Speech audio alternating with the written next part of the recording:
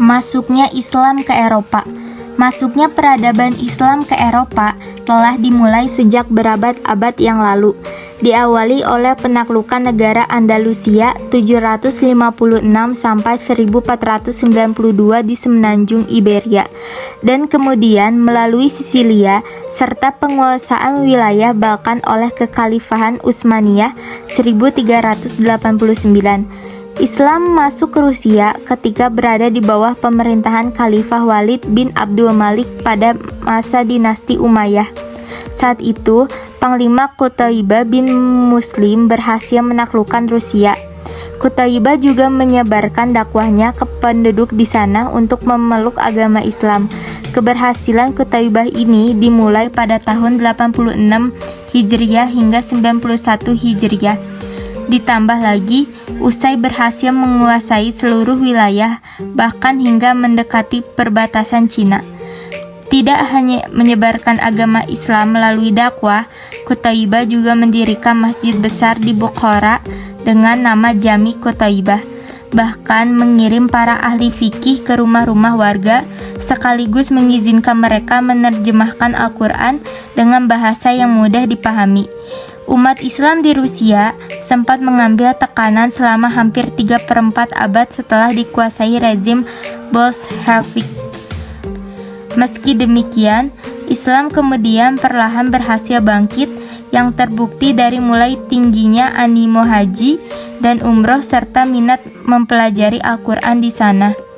Berdasarkan data sejarah Islam, masuknya benua Eropa melalui 4 periode, yaitu periode kekhalifahan Islam di Spanyol Andalusia selama 8 abad dan pemerintahan umat Islam di beberapa pulau, diantaranya Perancis Selatan, Sisilia, dan Italia Selatan. Kekhalifahan Islam di Spanyol berakhir pada tahun 1992. Organisasi Islam di Eropa. Berkembangnya Islam di Eropa pasti tidak akan luput dari peran organisasi Islam di Eropa. Contohnya adalah di Belanda. Banyak organisasi yang muncul dan berkembang, bahkan hingga di kalangan remaja. Namun, kebanyakan organisasi yang berkembang itu adalah organisasi imigran Turki. Beberapa organisasi tersebut di antaranya adalah satu Turk Islamisi Kurtut Federati, berdiri pada tahun 1979. Organisasi ini juga bekerja sama dengan Diyanet untuk mendatangkan imam masjid ke Belanda. 2.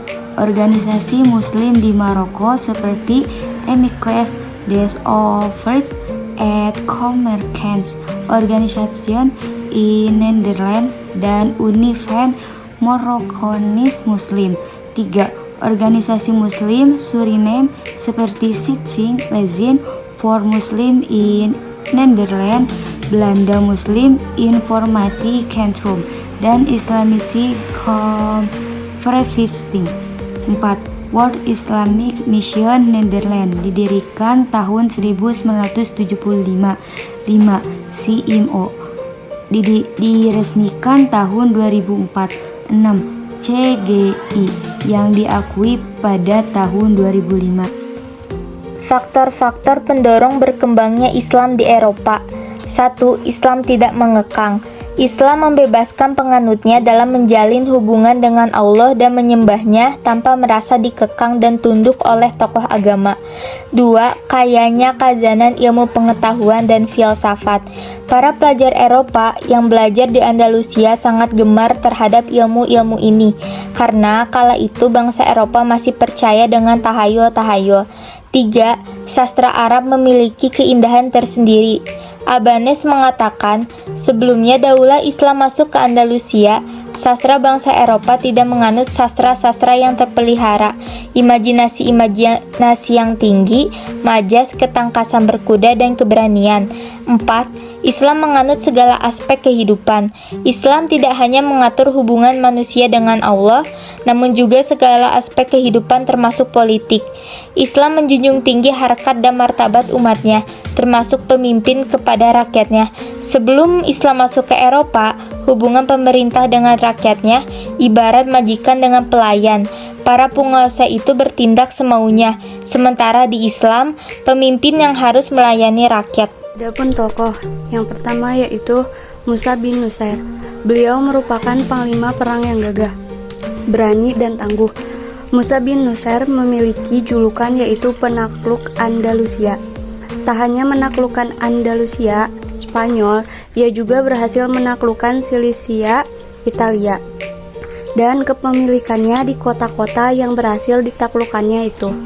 Ia memberikan kebebasan untuk warganya memeluk agamanya masing-masing. Musa merupakan tokoh muslim yang kuat dan juga seorang pendakwah yang berhasil membuat banyak orang menjadi menganut Islam. Dan yang kedua, Tariq bin Ziyad merupakan seorang panglima besar di Khalifahan Umayyah. Ia bersama dengan Musa bin Nusair berhasil menaklukkan Andalusia dan menyebarkan agama Islam di Eropa. Yang ketiga yaitu Muhammad Hamidullah. Pada saat itu ia merupakan tokoh yang pertama kali membuat terjemahan Al-Quran berbahasa Prancis. Semasa hidupnya, ia aktif berdakwah Islam di Prancis. Dan ada juga destinasi peninggalan peradaban Islam di Eropa. Yang pertama, Spanyol. Kejayaan Islam di Spanyol merupakan awal mula berkembangnya peradaban Islam di negara-negara Eropa. Sebagian besar bangunan tua peninggalan Islam di Eropa pun masih ada dan bisa dikunjungi. 2. Bosnia Herzegovina. Keberadaan jembatan tua Stari Most di Bosnia merupakan bukti peninggalan kejayaan Islam di Eropa pada masa lampau. 3. Yaitu Yunani. Museum Benaki merupakan bangunan bersejarah yang dapat menampilkan jejak peninggalan Islam Eropa selama 13 abad. Pada zaman dahulu, museum ini menyorot peranan Islam di Mediterania. Sekian dari kelompok kami. Wassalamualaikum warahmatullahi wabarakatuh.